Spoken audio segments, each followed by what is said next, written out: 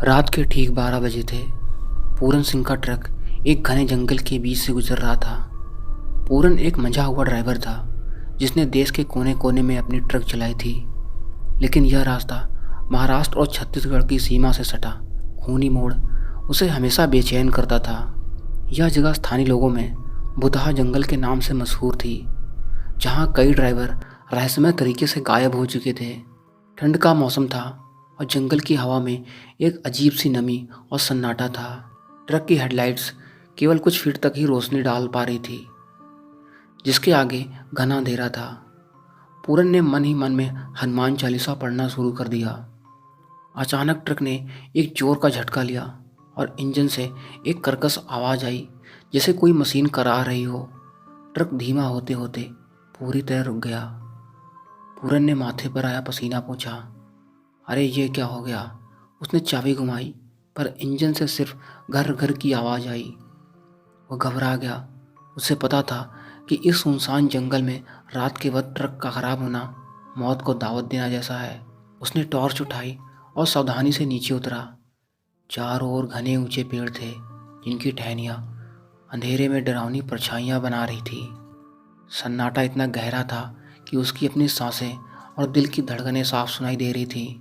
उसने बोनट खोला तो इंजन से हल्की हल्की भाप निकल रही थी। देखने पर पता चला कि रेडिएटर का पाइप फट गया था और सारा पानी बह गया था।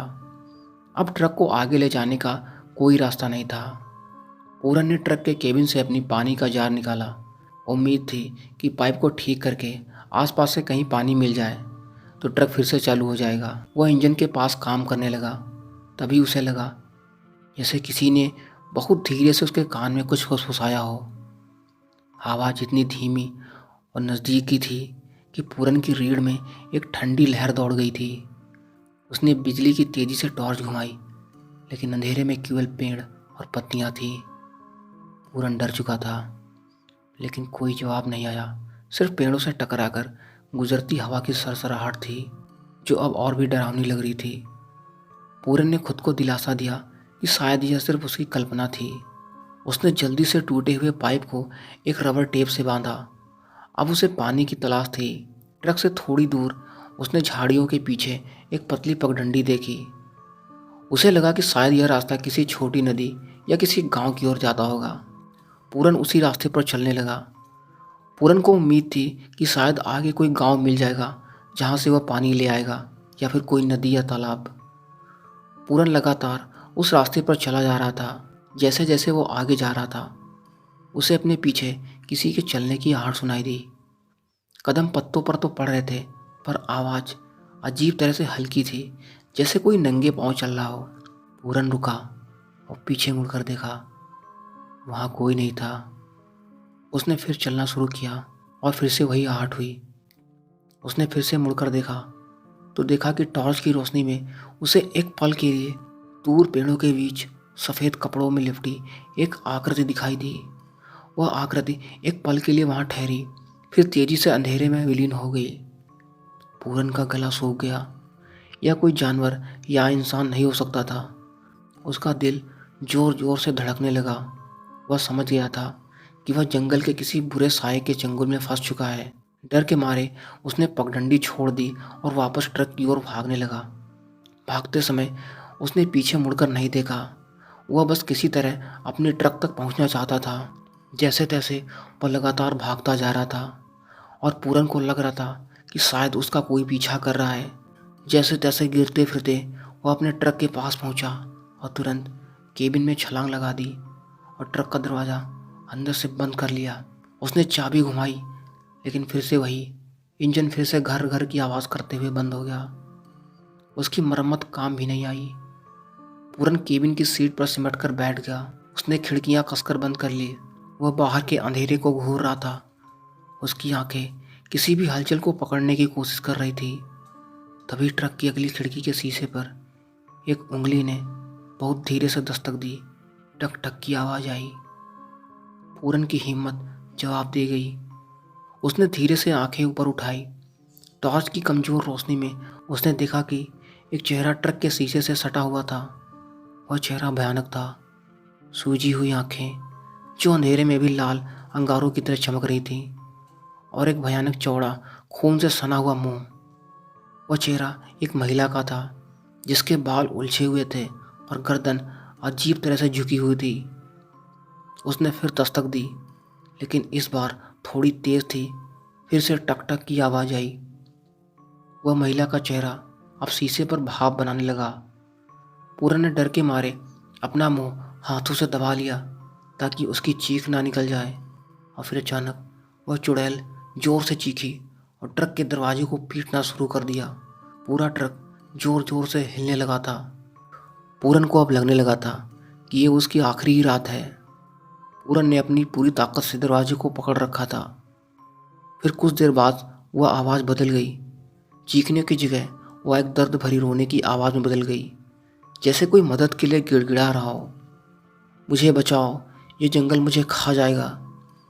पूरन ने भ्रमित होकर खिड़की से बाहर झांका। अब वहाँ कोई महिला नहीं थी। अब बाहर एक छोटी बच्ची, शायद 7-8 साल की, रोते हुए खड़ी थी। उसके हाथ में एक गुड़िया थी और वह ठंड से कांप रही थी। वो बोल रही थी, अंकल मेरी मम्मी खो गई हैं, बच्ची ने मासूमियत से कहा। पूरन सिंह एक पिता था तो उसका भी दिल पिघल गया। चाहे जो भी हो, वो इस बच्ची को अंधेरे में अकेला नहीं छोड़ सकता था। उसने सोचा कि शायद पहली वाली आकृति उसका वहम थी। उसने दरवाज़ा खोलने के लिए हाथ बढ़ाया। जैसे उसका हाथ लॉक तक पहुंचा, उसे अचानक अपने गुरुजी के शब्द याद आए। उसके गुरुजी कहा करते थे कि जंगल की आत्माएं तुम्हें लुभाने के लिए रूप बदलती हैं।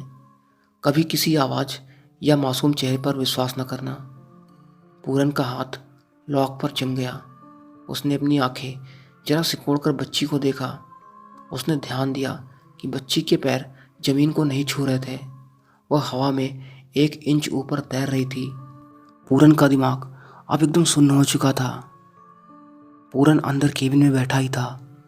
उसने फिर से हिम्मत करके ट्रक के बाहर झांकने की कोशिश की तो उसने देखा कि बच्ची का मासूम चेहरा अब एक पल में बदल गया।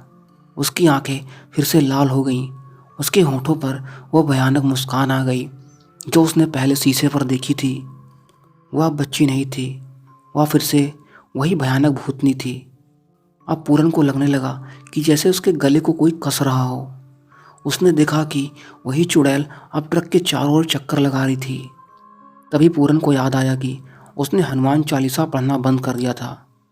उसने पूरी ताकत से चिल्लाकर पहली चौपाई शुरू कर दी। जैसे जैसे पूरन ऊंची आवाज़ में पाठ करता गया, उस चुड़ैल की चीखने की आवाज़ धीमी होती गई। जब पूरन ने पूरा पाठ खत्म कर दिया, तब तक ट्रक के बाहर का माहौल एकदम शांत हो चुका था। ट्रक के बाहर जंगल से जैसे पहले की आवाज़ें आ रही थी, झींगुरों की, उल्लुओं की, अब वो फिर से आने लगी थी। पूरन ने कांपते हाथों से खिड़की खोली और बाहर झांका। वहाँ ना कोई चुड़ैल थी, ना बच्ची, केवल घना अंधेरा, पेड़ और खूनी मोड़ की सुनसान सड़क थी। सूरज निकलने में अभी भी कई घंटे बाकी थे। पूरन सिंह रात भर केबिन में बैठकर हनुमान चालीसा का पाठ पढ़ता गया। सुबह की पहली किरण फूटते ही पूरन ने अपनी हिम्मत जुटाई। उसने एक बार फिर चाबी घुमाई। इस बार इंजन एक झटके के साथ चालू हो गया। ऐसा लग रहा था जैसे कुछ हुआ ही ना हो। उसका ट्रक अब दौड़ने के लिए तैयार था। पूरन सिंह ने पीछे मुड़कर नहीं देखा। उसने ट्रक को तेज रफ्तार से दौड़ाया और उस भुतहा जंगल को हमेशा के लिए पीछे छोड़ दिया। बाद में उसने उस ट्रक को बेच दिया और कभी भी उस खूनी मोड़ पर वापस नहीं गया।